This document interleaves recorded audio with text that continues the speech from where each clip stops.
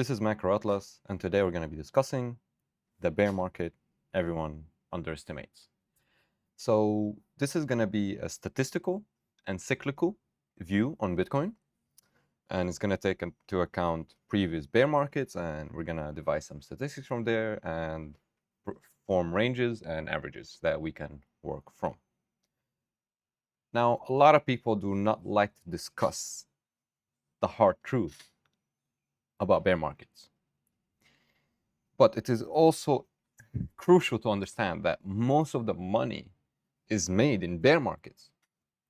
Let's just do a simple mathematics here. So if you were, let's say, here, and you were analyzing the bear market, and you tried to speculate on the range low, then you would have probably averaged Bitcoin around those levels, right? Then if you invested at least half or a third of the capital you want to allocate, or maybe full, right? Let's say here, then you would have made a 5x on your investment. And if you exited not at the top, but you exited around a decent level where the bull market usually ends, you would have made a 4x. But if you were not doing that, and instead you had invested halfway through the market, right? And then you exited almost somewhere around that range, the same range, then you would have made just around doubled your money or a little bit more. Then you would have invested just maybe a 4 or 6 months after the bear market bottom. So you see why it's actually important to speculate on where the bear market could actually go. Therefore, I see bear markets as an opportunity to accumulate Bitcoin for a very good and cheap price. And while Bitcoin goes to that range low, I would either trade other assets. Right now, I'm very interested in oil, and we do talk about oil and stocks and other commodities on this channel. So if you want to check that out, please check the page. But I also like to accumulate Bitcoin. And last time I accumulated Bitcoin, I deployed the majority of my investment around here because I analyzed bear markets and I was able to speculate on the range low. That was amazing. So this is the motivation behind why we should actually understand where Bitcoin could go. Before we dive into the analysis, my name is Mo. I'm a crypto and macro markets speculator, and I've been a speculator for the past 5 years. So if you would like to know how I turned a humble portfolio into 6 figures this cycle and how I refined my strategy, please continue watching. And if you like the video, do make sure you show that you like it by dropping a like and maybe subscribe to not miss another deep dive analysis like this one. So we shall begin. Previously, when we did this video, it was around those ranges, right? Just near the peak of what had happened.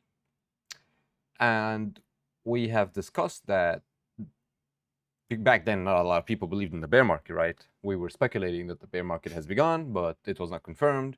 And we discussed that it's the same chart, really. I just changed some colors from last time, but the validation point would be repeated weekly. Oh, so you haven't been really edited. Weekly closes below 90K. And that actually happened. All right, around there, we got weekly closes, and then we had confirmed the bear market based on some validation techniques and some other measures, right? And that theory had worked out in our favor so far. Okay. This one is the speculative range dates on where previous market tops for Bitcoin had occurred. All right. So if you take, for example, this one on 8th of November, and you would watch that 8th of November is within that range. Okay, so we took the lower bound and the higher bound. Similarly, that's the exact dates, the range dates. So for example, here it happened on the bottom, we would say 21 November, then 21 November is within that range. Okay, so that's the range of where previous bear market dates had occurred. That line right there is the 1 year, 364 days line from peak to potential bottom.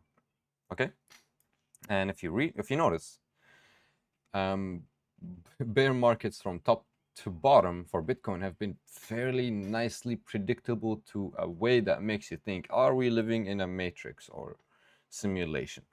Okay, and part of the reason why I believe in simulations is because Bitcoin is so follows mathematics to a certain extent that makes it unbelievable. Like, how can this happen, right? But it happens, and we're not here to judge. We're not here to say why or what.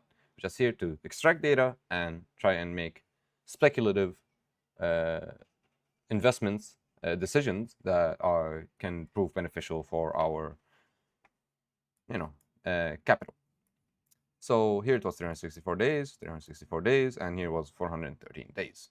Okay, a lot of people don't talk about the 413 days, but deviations do occur, but that is pretty close. So this is the 364 days, and the 411 days fits within the range nevertheless. Now, to the important parts. Now we understand the peak, where usually it happens, and the bottom, where it usually happens. And notice that the peak happened earlier than previous cycles, so I would imagine that the bottom would happen earlier than earlier cycle dates, if the cycle continues to work out.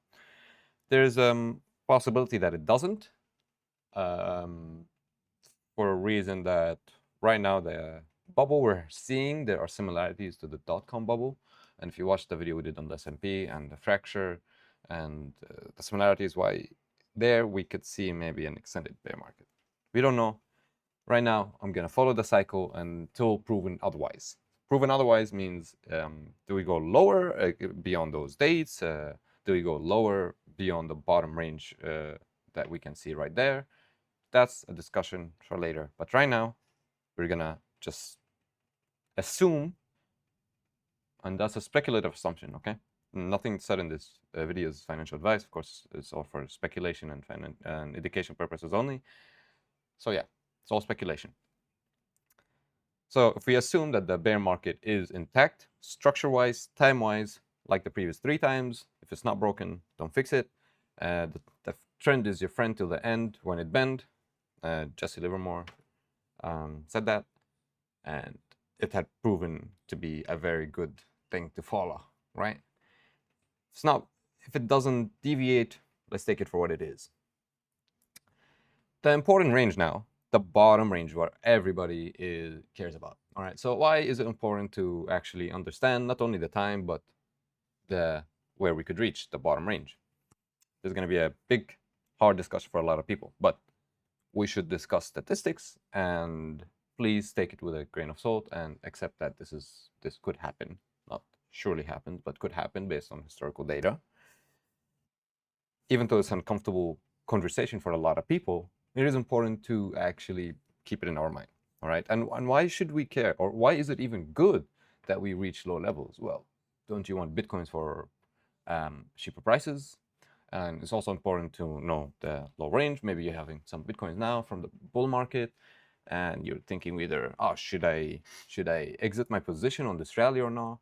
Or you're having capital, maybe you want to deploy. Should I deploy here, or should I wait to go maybe lower a little bit? This analysis helps such decisions. Or maybe you're thinking of shorting Bitcoin, right? Who knows? So it's important for many traders to understand where we could actually go. Now, if we go to previous cycles and we take from top to bottom all the percentages, how far we went down. For example, here it was 77%, here it was 84%, and the first bear market we went 87%, round it up. So if you put that here, we can actually, first we can get the average length if you also measure the days. But most importantly, right now, we're taking the average drop, okay? And the bottom, the lower range and the upper range of this group of data, okay? First, we're gonna go with the lower range, which is 77%. Yep, that's a hard conversation. That drops you to around $28,000 to $29,000 per Bitcoin, okay?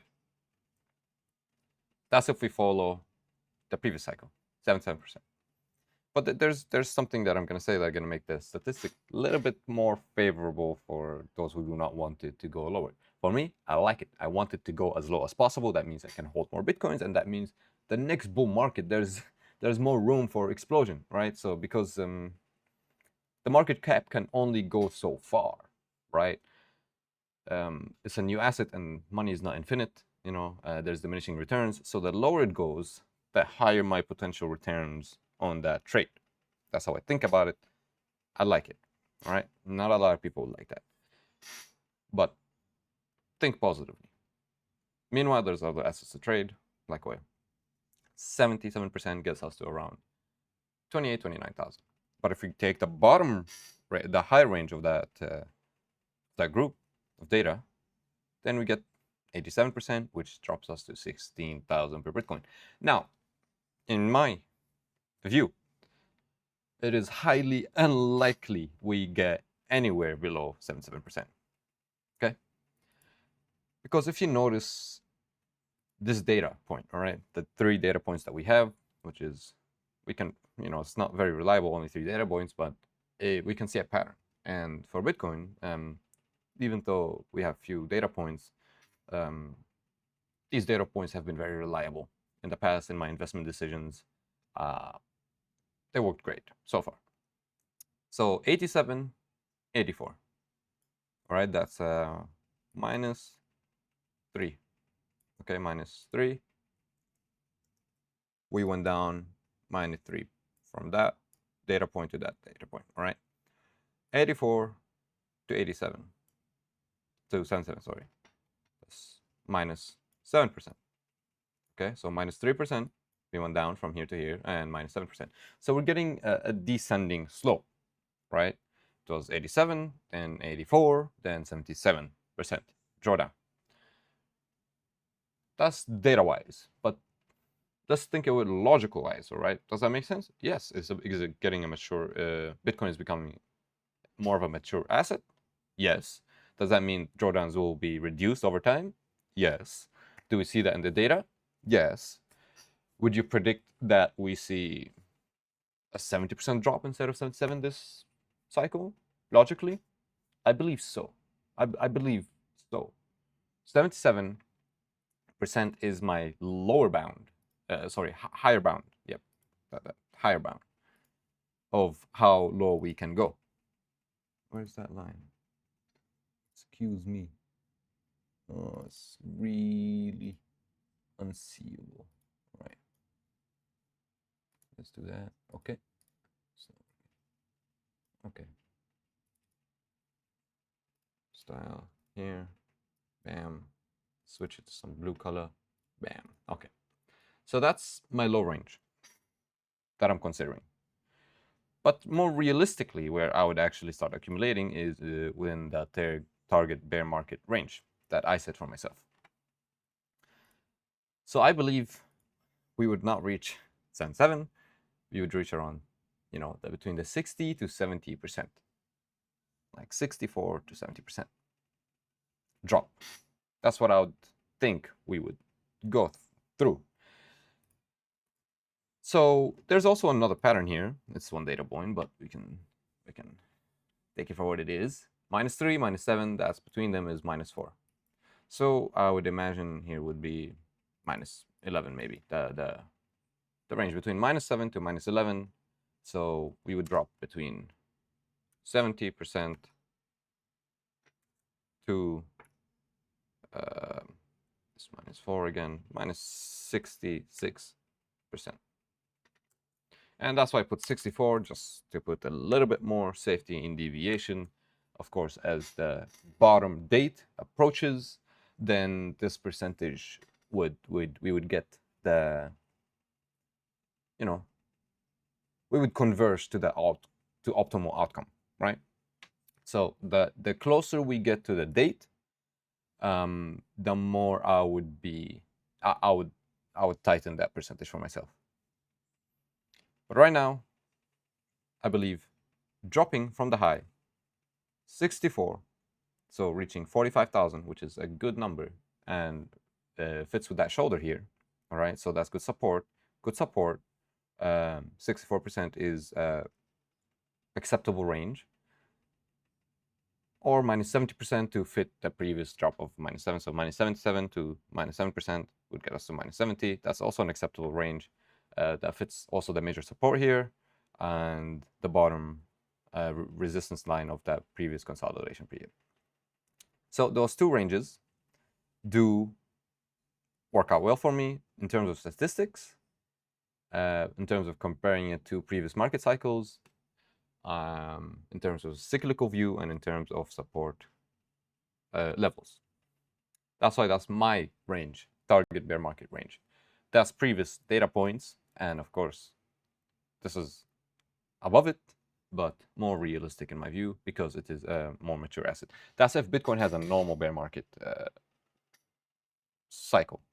But Bitcoin we might have a more severe geopolitical tension with what's going on, the fighting that's going on in there in the Gulf and the Middle East. Then maybe we would go to those levels. But that's, you know, when the time comes for everything, and that will be discussed maybe later. For now, on current cycle view, on current market conditions, I believe that's a good range. Validation point. Let's put a validation point similar to before. We had a validation point of 90K. Well, here it's pretty easy to see whereas we're getting the major support. I believe 65K, breaking that multiple weekly closes would confirm that we are breaking to the downside and we're gonna hit the around 65K. Repeated.